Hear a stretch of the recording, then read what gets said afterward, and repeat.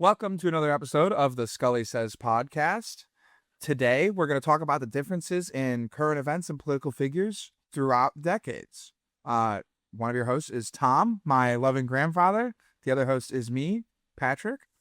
We try and talk about pretty much just our opinions on political and other topics. And, we're just trying to spread the idea of free conversation, regardless of if you agree or disagree with each other on a topic. So without further ado, we'll get right into the first part of today's topic. What we want to talk about is scandals. Okay, that's the first one we're going to go with. We're going to go with scandals. Now, presidents, political figures, pop to a degree, are not scandal-free nearly in any time period. But there's been some pretty relatively recent within my lifetime scandals, and before my lifetime, another really big one that I think kind of go together and they're worth talking about in comparison and contrasting. So the one that I'm thinking of is Hunter Biden's laptop and the Watergate scandal with Nixon. Now, obviously, these two are not one-to-one. They're not the same consequences. They're not the same actions, but in the way that they're both matters of national security, and they're both very much so in the public eye, where nearly every person in that time period knew about them, at least as far as Americans go. I just wanted to talk about the way that those two things were received and the way that the punishment was levied and all that. So, Pops, I'll let you take it away with Watergate, what you remember from there and how the public reaction. Well, I think that with Watergate, the thing with Watergate was there was this group of folks that were really kind of extreme right wing, and they decided that they were going to burglarize the Democratic headquarters, which in and of itself wasn't, I don't think, a real big thing, at least to my mind. I think what happened though was that Nixon, who was paranoid from the first place, what happened was he denied it, and as a result, that's really what got him in trouble. It was really not so much that the information that was garnered or that they tried to get was of any great importance. What happened was that simply Nixon, because of his paranoia and refusal to own up to it, they said that actually if Nixon had said, it was a bonehead move, I don't know why these guys did what they did, and so we'll just let bygones be bygones, and I'll punish them accordingly, and we're done with it. It would have blown over. But I think that Nixon was punished for actually lying. I think So it was more of like a breach of trust as opposed to, oh, what you did was so bad. Yes, and I think that actually, with today's mores, I think that basically it would have blown over anyway. Because I think there's a lot more serious things have gone on. And basically, it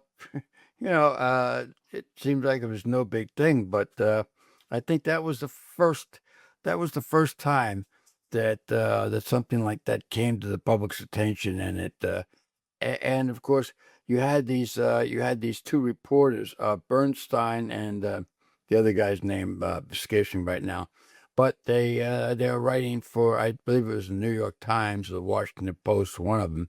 And they kept on writing on day after day, and so they stoked the fire, so to speak, and that's basically what happened. Is so Nixon he put himself into a corner, and when he did, he couldn't get out of it. And I think what's interesting, like versus today versus back then, is I think you're absolutely right. I think it totally would have blown over. It would be maybe not a footnote. It would be a big deal, I guess, but it would have. I don't think people, especially the fact that people cared so much that he covered up, I don't think people would care that much about the cover up. And it's not so much that they wouldn't care.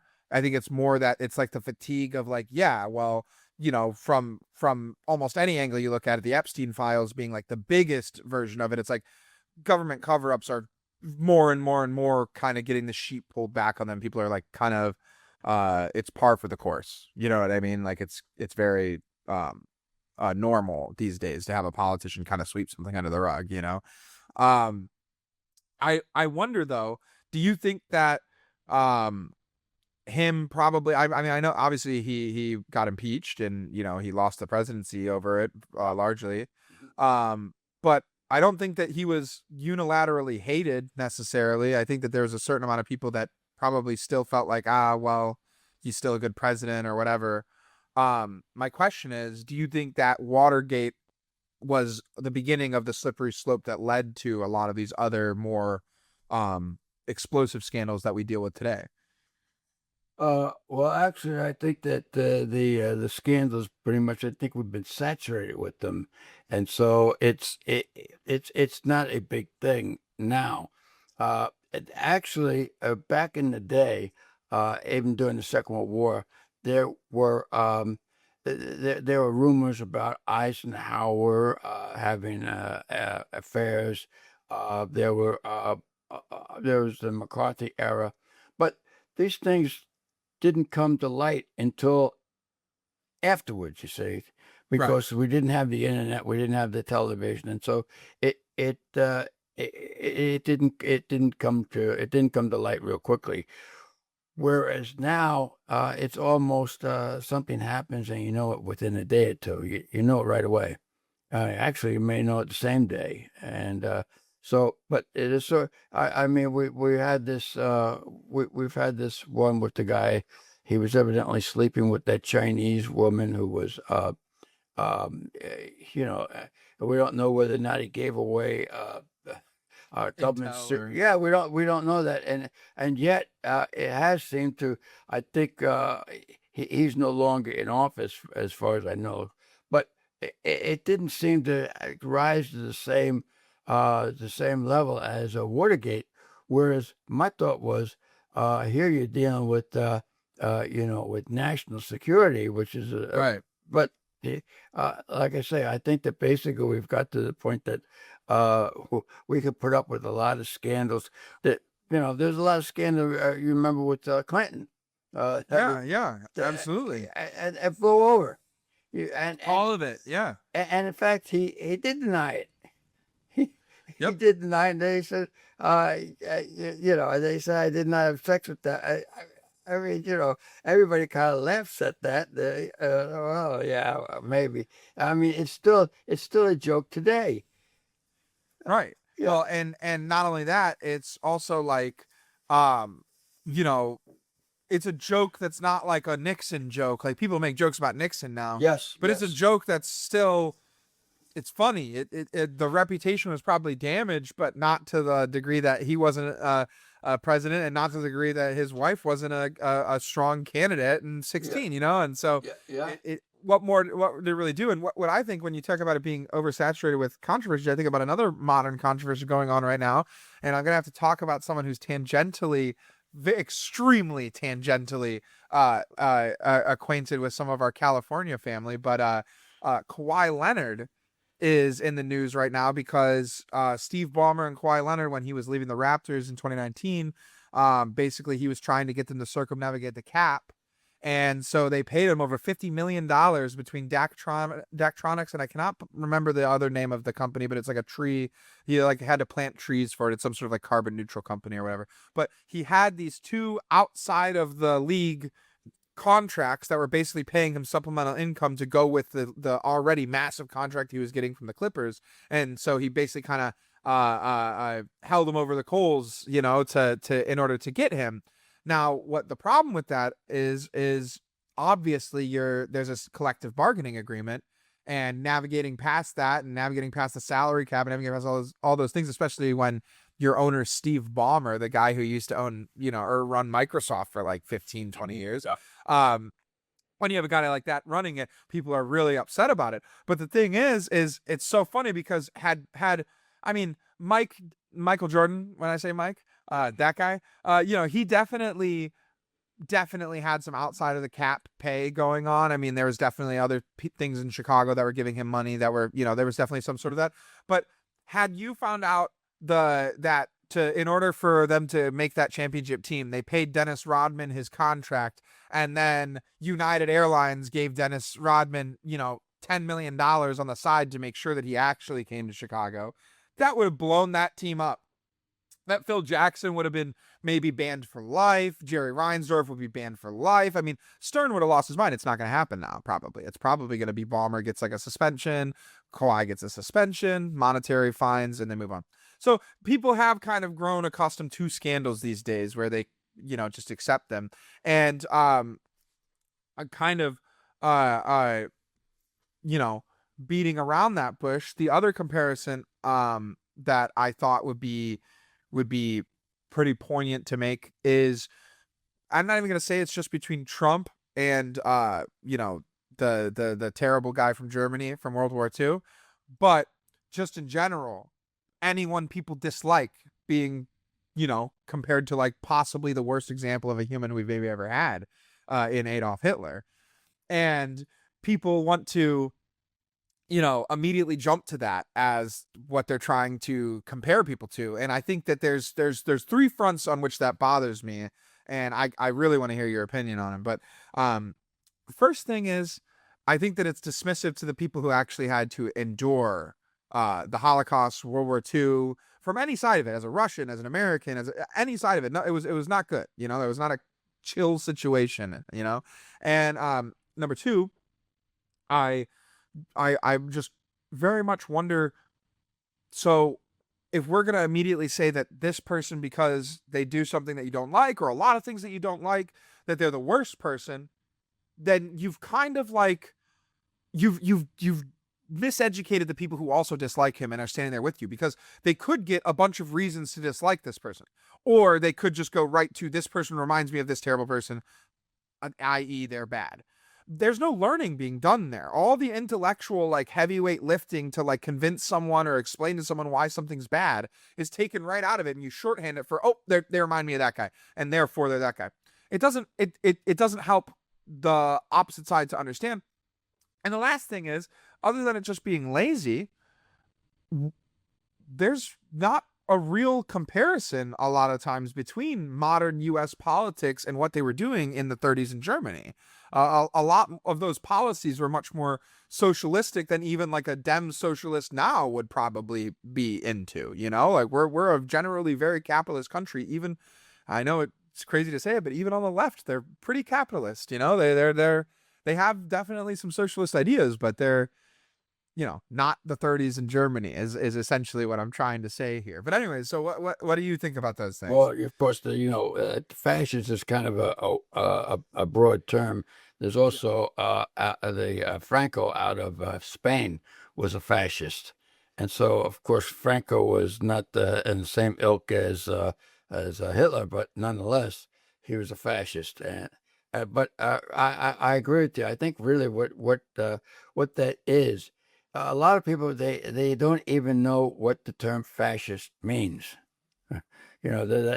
and so, but it's you can and you don't have to do any research. You don't have to know any facts. You see, it's and so what you do is you just yell out fascist, and that kind of proves your point. And if and then if your point is not well taken, you just yell it out louder. You see, just continue to bombard people with the term, and thinking that that's going to convince somebody. But really, what it is, it's just kind of a shout down. But it's a shout down using a word without really knowing the relevance of the word, and so as a result, it is lazy. And it doesn't do anything to further the conversation. And really what you want to do is you want to marshal the facts. You really come up with some facts rather than your opinion. And then maybe you have a meaningful conversation, you see. But usually what happens is people intersperse their opinions with the facts, and sometimes Absolutely. they don't even realize that. I was reading about Walter Cronkite. He was one of the people. I don't know if they call him Uncle Walter, and Uncle Walter was a newsman, and he was instrumental during the Vietnam War in turning the American people against the war. Yeah. And so I was going to Wikipedia, of course, which everybody goes to, and it said that he went to he went to college, and then he dropped out. Okay, so and then so that Me too. yeah no, but yes, and so here's the thing, so he and this is the way these opinions kind of creep into our everyday thought process. It didn't stop there. You could say the brutal way of saying you could say he's a dropout. Right. That's the first way. The second way you can say is he dropped out. And the third way, which is the way that the Wikipedia said, he dropped out because he wanted to pursue journalism. Don't you see? And so, who told them that was the reason they dropped out? Where did they get this information from? You see, but it kind of it softens it. It's not that the guy just didn't want to go to college anymore. It's that he had higher aspirations, don't you see? And they say the same thing with Gates at one time.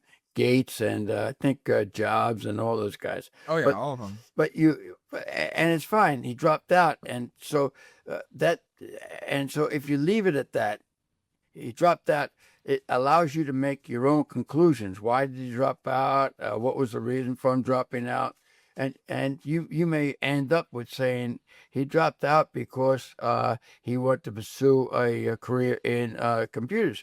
But that's your decision.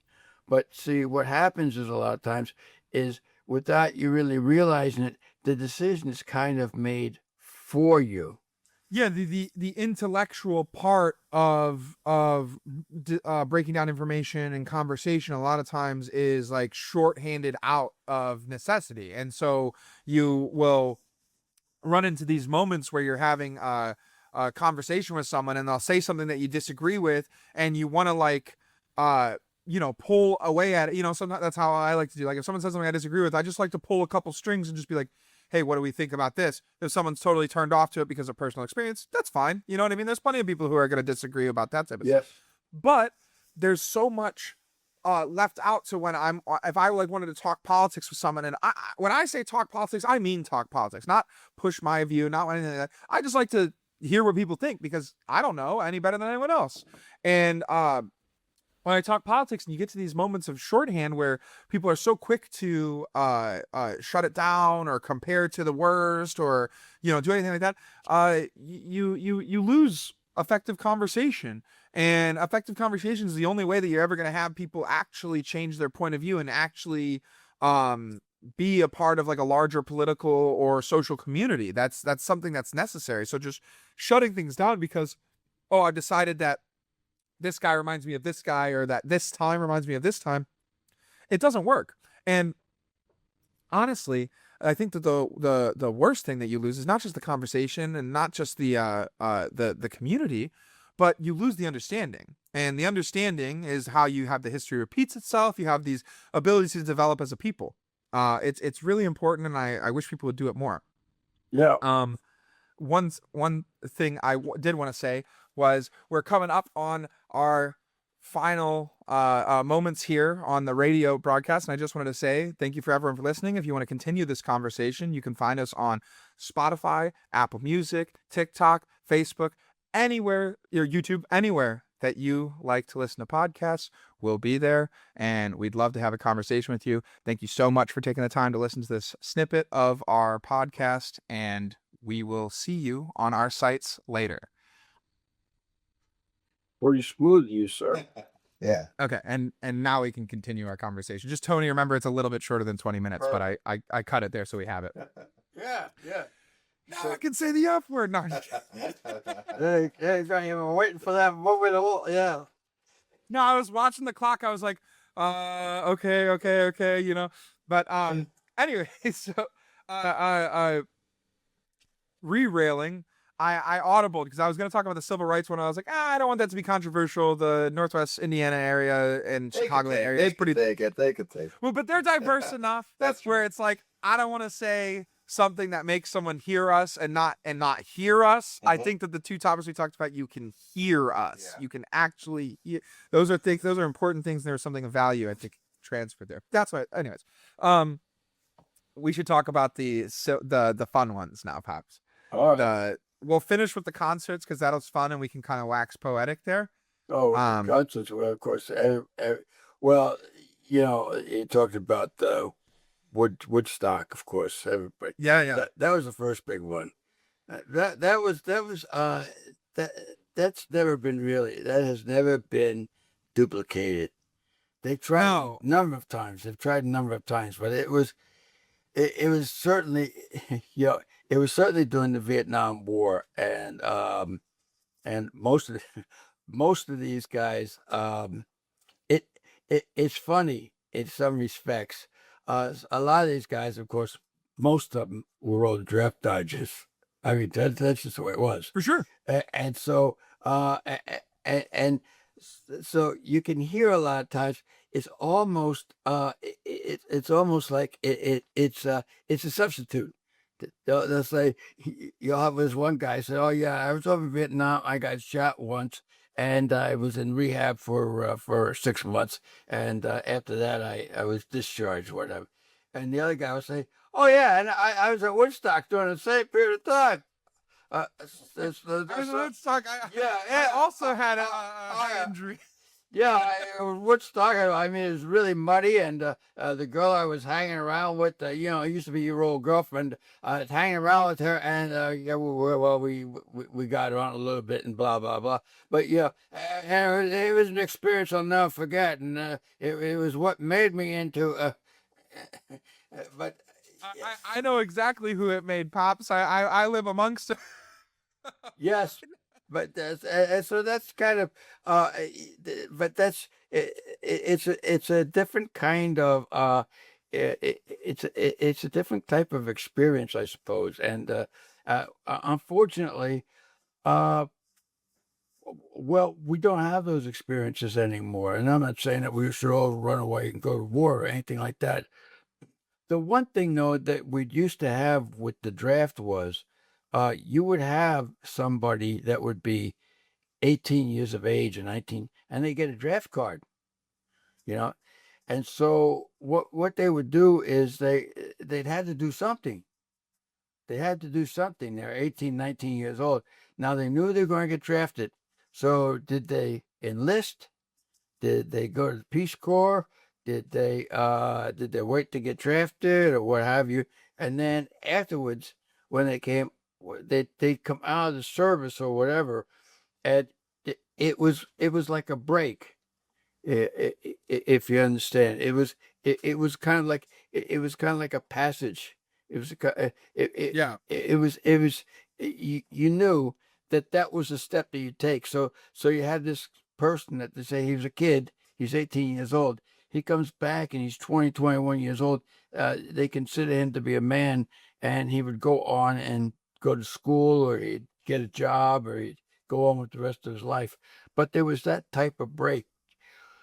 We don't have that today, Yeah, I actually, so one of the people that I spent a lot of time talking with, is one of my friends. His name is Marcello.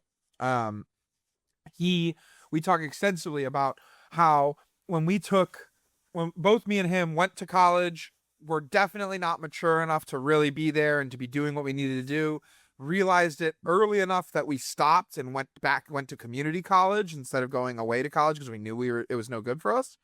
But I also understand that part of the reason that college wasn't good for me, and he understands that part of the reason college wasn't good for him, is because there was that gap that was probably needed for people of our mental state at that time. There was a huge need. Then again, I'm not saying that like, I envy the people who went to war. You guys had a jump. Nah, like that sucks. But like at the same time, I do envy the idea of this structure and this brotherhood kind of that you like begin to develop that it kind of it's something I work with the guys at my shop with. Again, not comparing making food to war, but it's the same idea of like the guy next to you. The rush could go good or it could go bad, but it's the guy next to you that decides that. And it's you who decides that for them. And it's the person at front of house who decides that for you. And you all got to work together, even when it's stressful, even when it's annoying, even when you have personal issues with this person or personal issues with that. It doesn't really matter. At the end of the day, we're a machine and we're going to work as a machine to achieve a common goal. And we're all going to be judged on the result of that goal, all of us equally.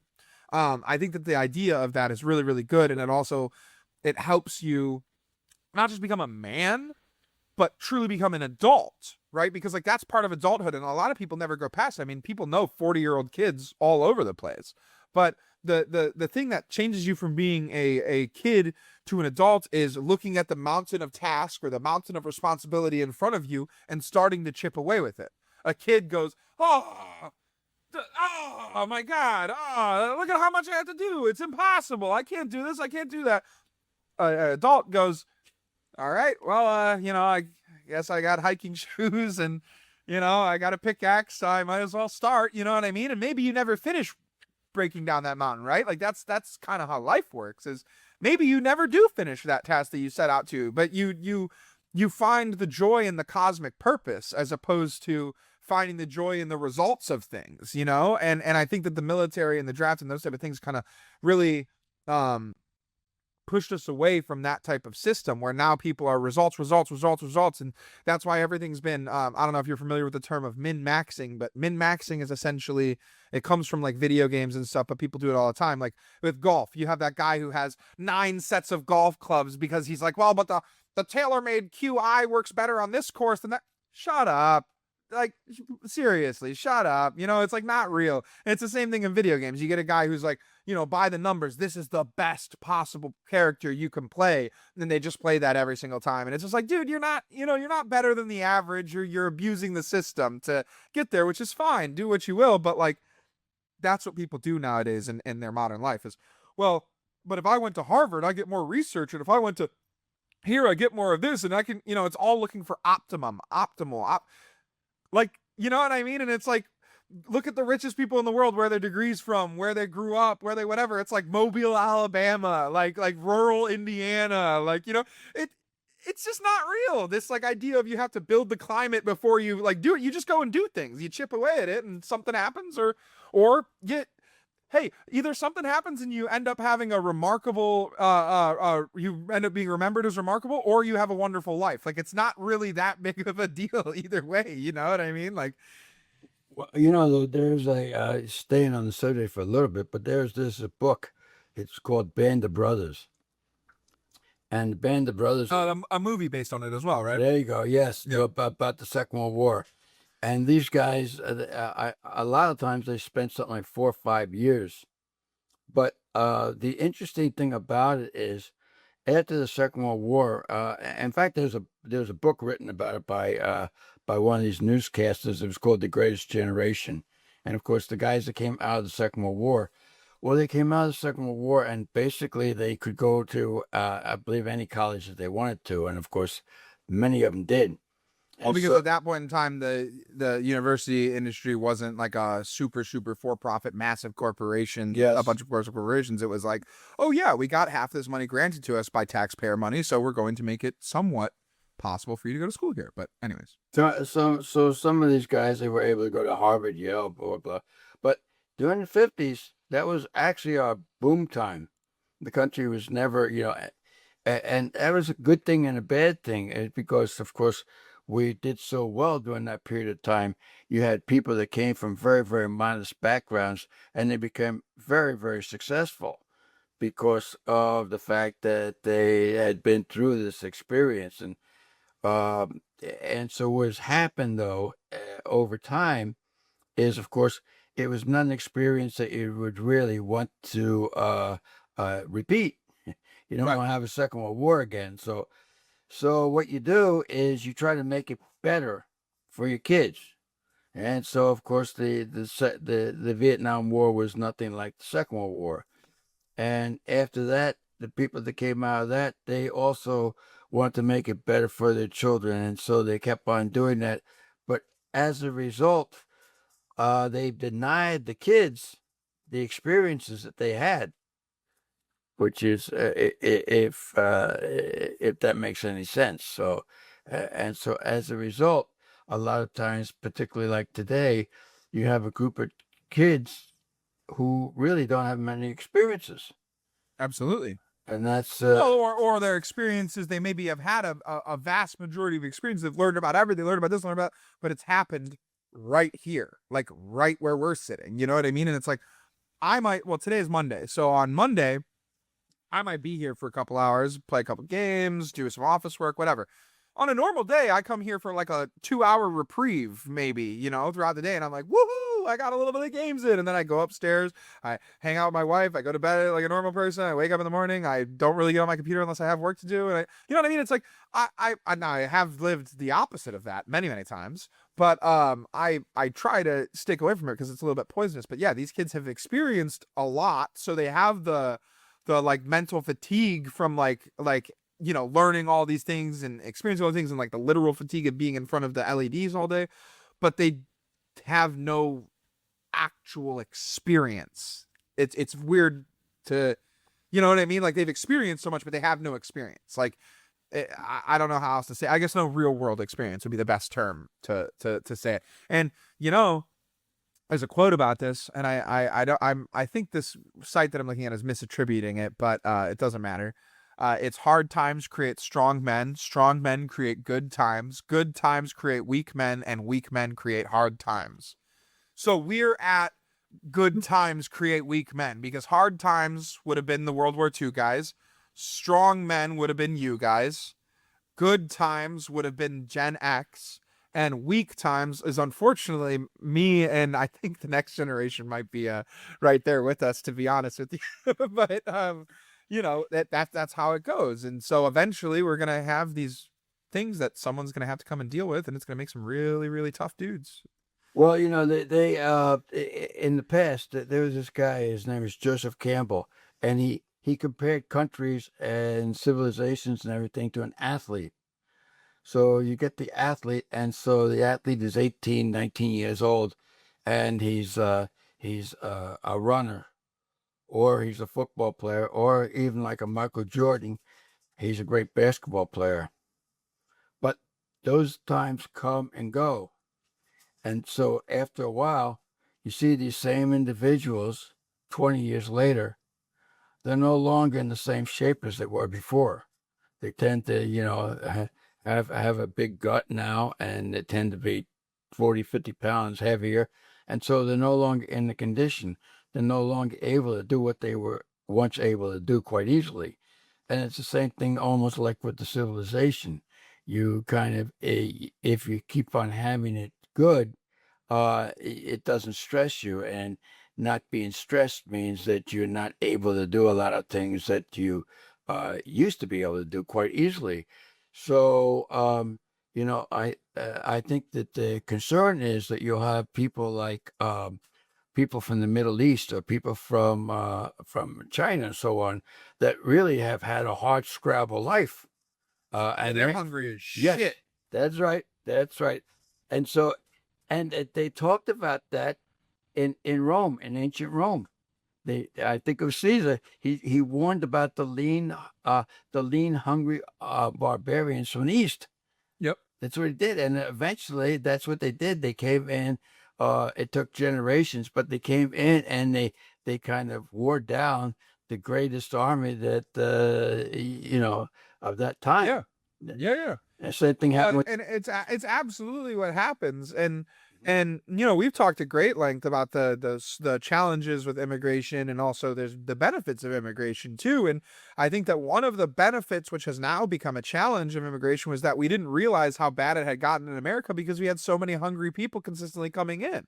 And so when you're not looking at the data through an ethnic lens, a lot of parts of America are doing really, really well. People are going to college that never would have had a chance to go to college, and people are, doing research and getting into medical positions, getting into scientific positions, and at numbers, especially for like the female community, at numbers that have never been seen before for a myriad of reasons. But like, those things are awesome. But then when you go and look at it, when you back it up, and I'm really not putting any good or bad inflection on this.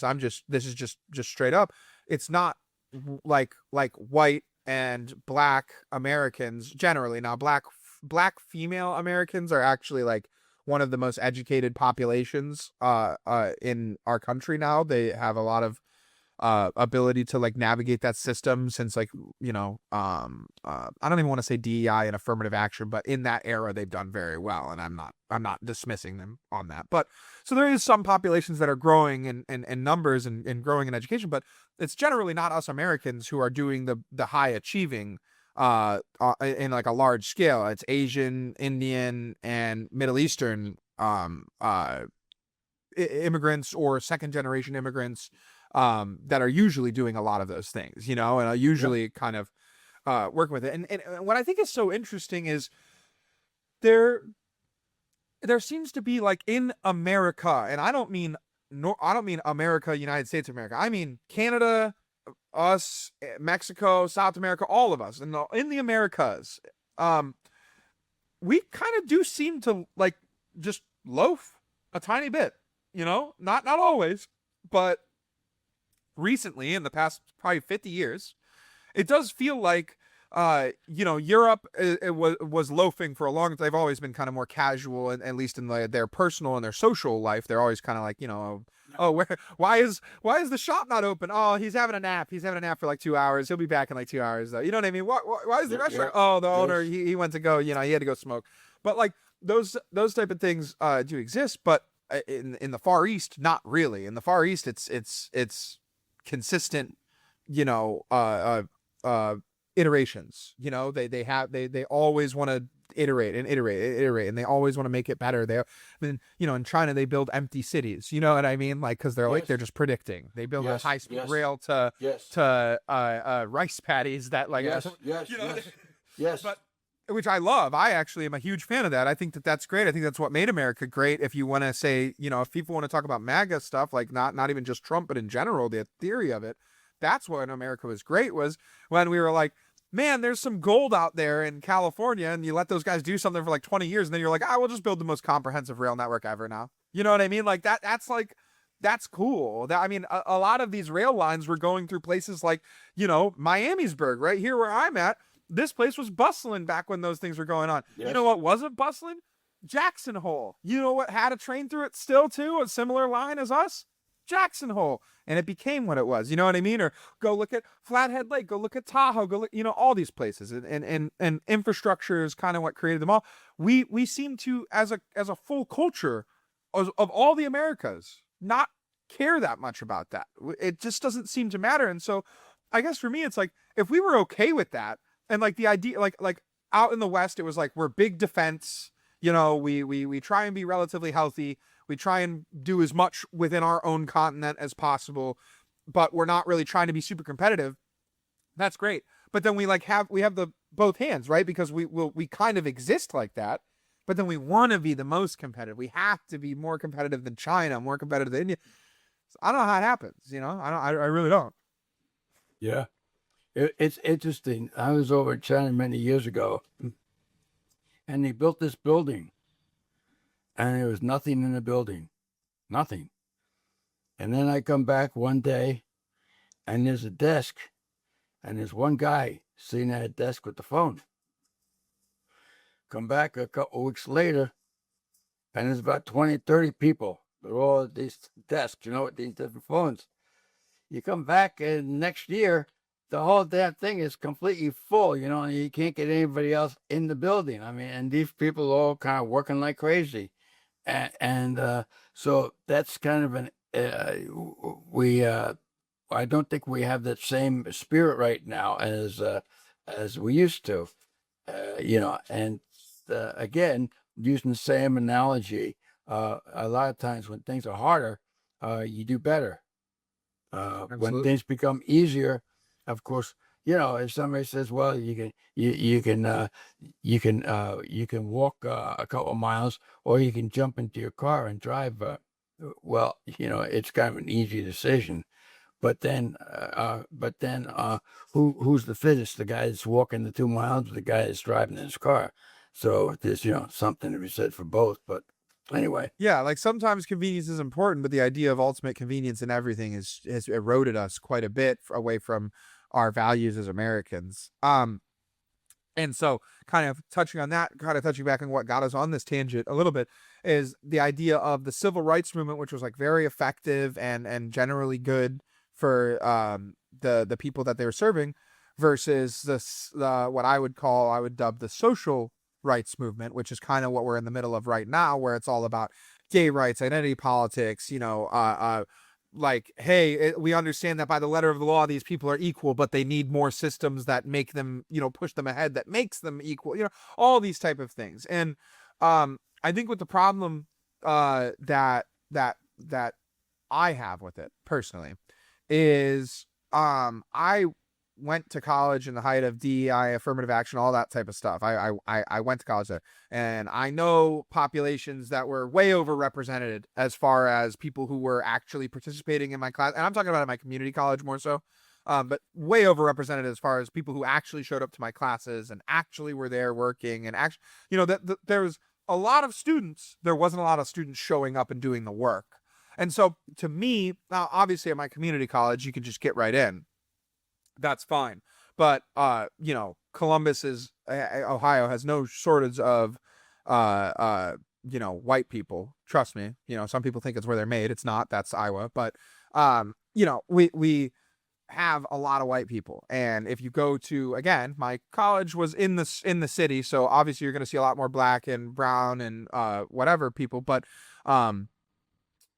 it was an overrepresentation. I have to say, I felt it was an overrepresentation at the time, and maybe I'm totally wrong. Maybe the school that I went to is just like that, whatever. But to me, it was an overrepresentation, and so when that's happening, it doesn't really bother me. I don't care. I pretty much get along with people of every culture. I can find some sort of thread of something to talk about. I'm not a big deal to me. But then when the next thing is, when I'm on campus and it's like, we're getting the vote for Hillary era at this point now. And so it's like, vote for Hillary.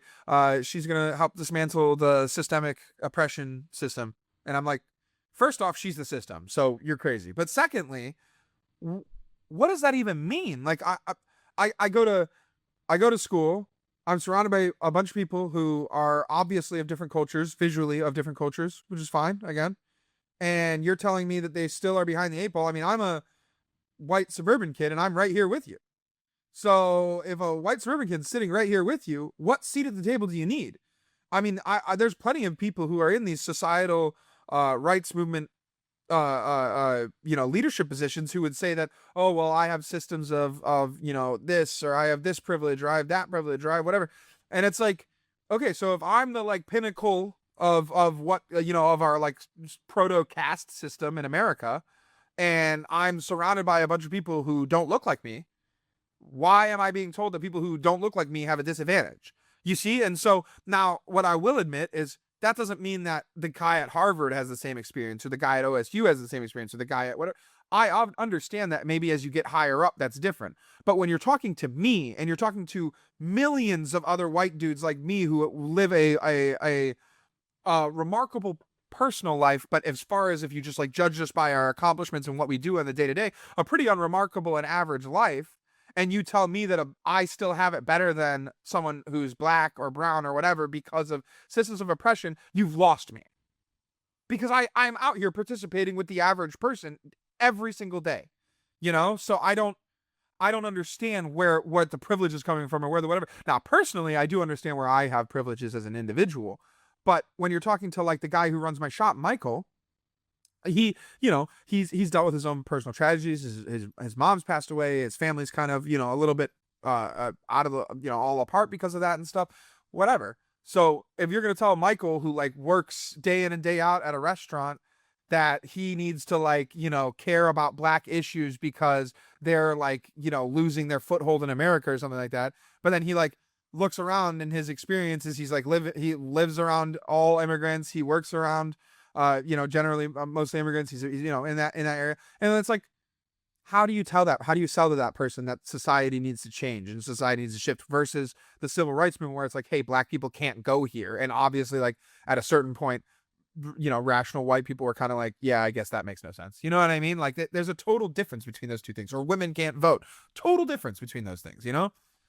Well, here's another thing that has actually come up is, you let's suppose that you've got a shovel in your hand and you're working with somebody else, and you've got this huge pile of dirt, and you've got 8 hours to move that pile of dirt, and it seems as though you're not making a lot of great progress, and you're shoveling like crazy. You see, you're shoveling, and the one guy, he says to you, do you know, I feel as though perhaps maybe I have some feminine traits, or I have a woman inside my body. The response to that is, shut the hell up and keep digging. You see, yeah, that's and the reason, you ain't got time for this kind of crap. You see, Yeah. well, unfortunately, not today. We've got time for this kind of crap. You see. Yep. Yeah, and in some respects, it's ridiculous. I'm a woman. I'm trapped inside of this man's body. It's sort of like, and as how ridiculous it is, and I think it's a great thing. You got this guy. He's on the NBA. Are you He's talking about Enos Cantor? Yeah. 7 foot, whatever the hell he is, Yeah. He's one of the greatest basketball players, and he says, I feel this woman inside me, and now I want to play for the WNBA, and I mean, I mean, it's just crazy. It's not just him too. There's another one. Right now. No, and it was the same thing with the. What was her name? Venus, the And tennis Serena. player. Yeah, and Serena, and somebody said, "Well, how do you think you'd play against the male?" She said, "He would ace me. I mean, there's no doubt. I have no chance whatsoever." And I'm thinking to myself, she looks pretty damn intimidating. She says, "I wouldn't have a chance against any of these guys." That was to me the baseball through the pane of glass of this whole theory is like, dude, Serena Williams, if there was any, Yes, it's her. Her. Yeah. I can't remember which one's better, Serena or Venus, but they both are built incredibly well. And they're very tall. They're very athletic. Like, dude, they would whoop my ass in a street fight, probably.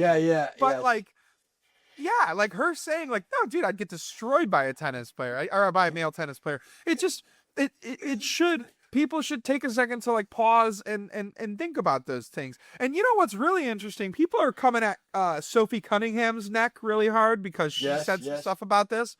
What I think is interesting is people are using this against her, but I'd actually use it for her. She played men's football. She was a place kicker on her high school football team. Yes. And so people were like, oh, look, you're in a different gender sport. Yeah, but first off, she was playing at the disadvantage, firstly. Secondly, she probably is very intimately familiar with how much stronger a high school sportsman is than she is. You know what I mean? Because she's out there around that. I mean, at my high school growing up, we had a co-ed soccer team. And the girls were fine. They were good. They're great position players. They're great skill players. They played good defense. Like a lot of the girls were better than us at the skilled game of soccer. But it doesn't matter. It doesn't matter. The average high school boy, it's just faster, stronger, bigger. If I give up 30% on technique, it doesn't matter because I'm at the ball before you are, so I have more time. I can kick the ball further than you. You know what I mean? It's like those type of things are just inalienable. There's nothing you can do about it. And so when that's the case, like you can't get mad at people for calling the hypocrisy out that it is the same, because it's not the same. No, that's right. It's like I say. So we have this additional time. We have time that we can think about all this this type of stuff. Whereas actually, even in the day, it used to be like if you were a basketball player, you were lucky if you made $10,000 a year and you had to get yourself a job working someplace else. You see, I mean, that's the way it used to be. And baseball players were considered to be low lifers, and drank too much, and they just Yeah, like smoking, drinking, yes, like yes. mob adjacent Yes, scumbags. yes, that's basic. And so over time, don't you see, we've elevated these people into folk heroes, and they're getting paid this tremendous amount of money, and so they're in a situation where rather than looking over their shoulder, say, "Oh, I can be out of a job tomorrow." They're demanding millions of dollars in payment, which they usually go through quite quickly. But anyway, but the point of the matter is, it's a different society. They have more time on their hands. They have more options and they can talk about a lot of things that have absolutely nothing to do with the sport. Well, and that's the thing that I remember the shut up and dribble era when I want to say it was Laura Ingraham who said it to him or something, said it to LeBron. She was like, "Oh, can't you just shut up and dribble?" Blah blah. I think that's wrong. I do care. These are individuals. They did achieve at a high level. I care about more than just their opinion on sports in some regards. That said, and you'll totally agree with this. I don't need to be lectured from people who live a life that's nothing similar to a regular life about really anything, about really anything. No, And well, that's it. we give these people talents that they actually don't have. You'll get a guy like this De Niro, who great actor. There's no doubt about it. I mean, a great actor. Talented. Yeah. But all of a sudden, he becomes unhinged and yelling and screaming about Trump. He has absolutely no background. There's no qualifications for doing what he's doing, but for some reason he's been given the platform. And there's a number of these people. I mean, it's just not him by himself. There's a number of these people, be they a basketball player, be they a soccer player, be they whatever they are. They're talking about these things, particularly these Hollywood types, talking about things as to they're endorsing. You have these people endorsing the president. Who the hell cares whether they're endorsing the president? They don't know what the hell they're talking about in the first. I'm trying to say. Who Yeah. gives a shit if you like the? I don't care, bro. You're Al Pacino. Shut up. Yeah. Make a good movie. Get Yeah, out of here. You know what I mean? Like that's the thing is like I mean we always joke when we have a customer come in and someone will be like, "What else do you guys do other than pizza?" Like, or sorry, not that one. That one's a fair question. It's what's good here is the one that pisses us off. Well. And here comes the first one of the show. What the fuck do you think? Look at the sign. It says pizza in giant letters. What do you think? What do you think? What do you think we do subs? What do you think is a secret menu? Like what do you think is going on? We do pizza. That's what we do. That's what we do good. Do that good. Like don't come into me asking me to do something else. Come in asking me for what I'm good at. You know what I mean? Like I don't do Italian ices. Go to the Italian ice guy for that. Well, sir, this is you've hit a sore spot with me, because this is something your grandmother does all the time. She'll go into a restaurant and she'll order something, and then she'll say to the server, "Is it good?" And I said, "No, it's terrible." That's why. No, it's horrible. Yeah, but she always asks that question: "Is it any good?" Oh, what do you got good in this, sir? So that question, I think, at a fine dining restaurant, totally makes sense. It's fine, like because they're kind of like a sommelier, the person running the, they might know, they might have a palate. But like when you're at my place, it's like, what's your guys' favorite pizza? What the easiest one to make, my guy? Like we make pizza all day, so a cheese or a pepperoni. That's our bet. What do you mean? Like, oh yeah, we're actually in here. We're putting ricotta all over it. We're doing a little bit of spinach.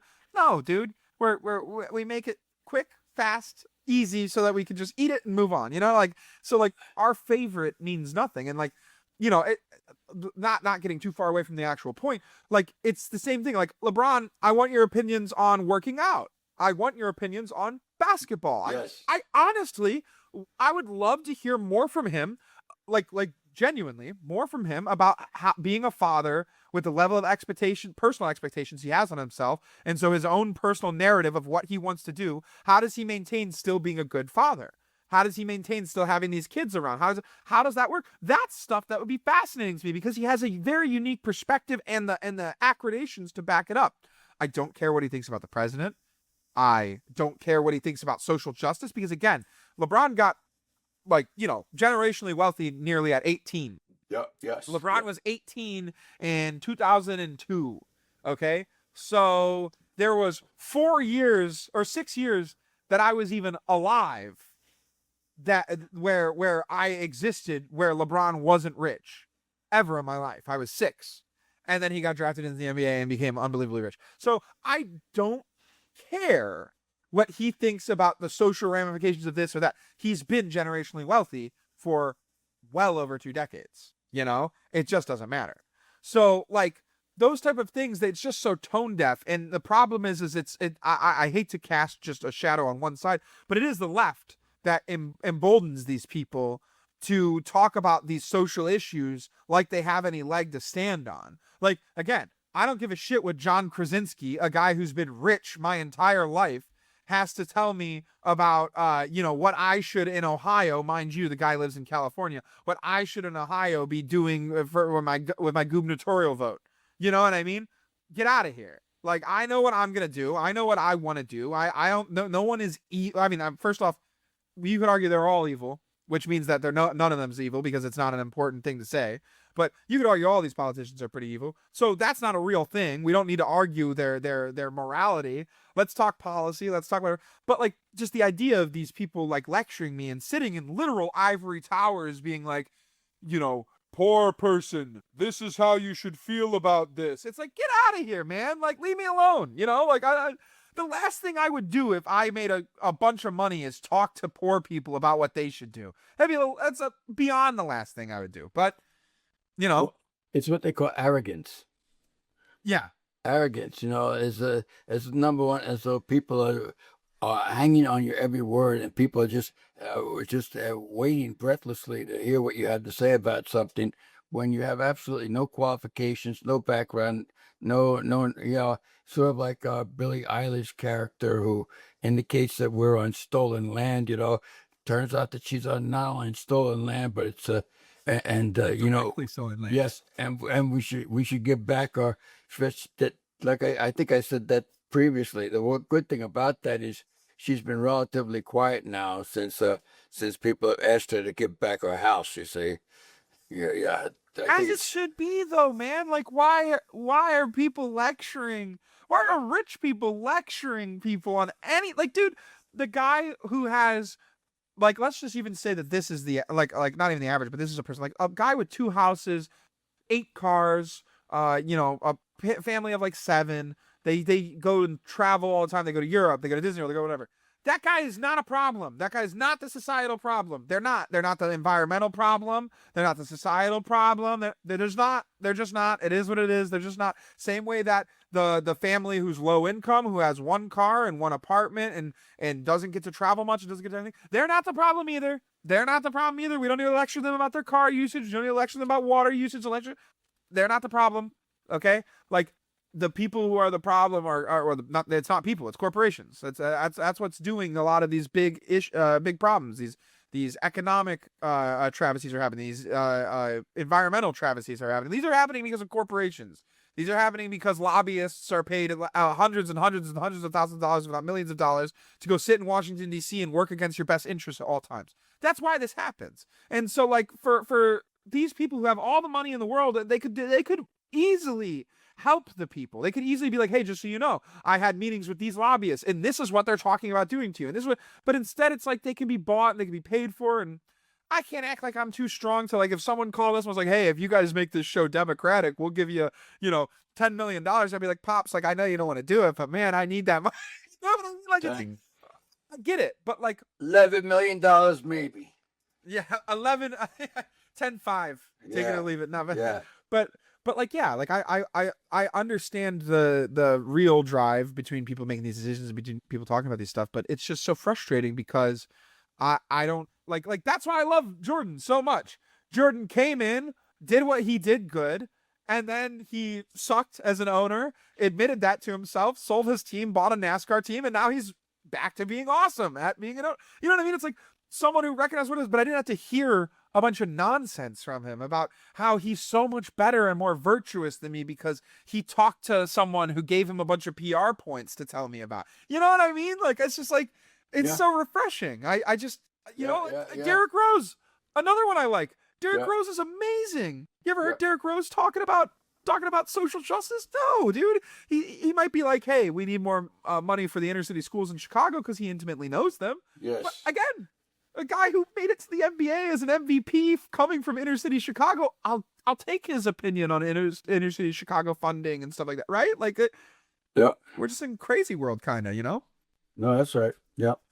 So I agree with you that a lot. There was a. This is way back in the day. There used to be this guy. His name was Johnny Carson, and he's still considered to be the greatest of all time late night shows. And it was funny. And they asked him. They said, "Well, what's your opinion on what's your political opinion?" He says, "I'm not here to talk about politics."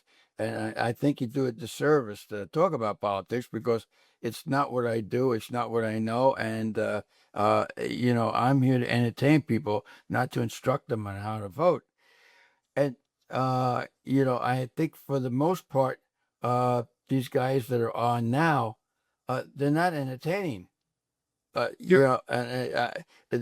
guy, what's his name? I can't remember. Well, the first guy, no, I think Jimmy Fallon is not too bad. The other guy that's always, Kimmel's crying all the time and blah, blah, blah. And now he's got Rosie there. And Rosie's been a great disappointment to me. I mean, she's supposed to be in Ireland and she's back. So this is very disappointing to me. Well, that's what I'm not understanding is I thought she had moved away. She had, but and this place is a terrible place. She must have kept her place here. Yes, and her citizenship. Yes.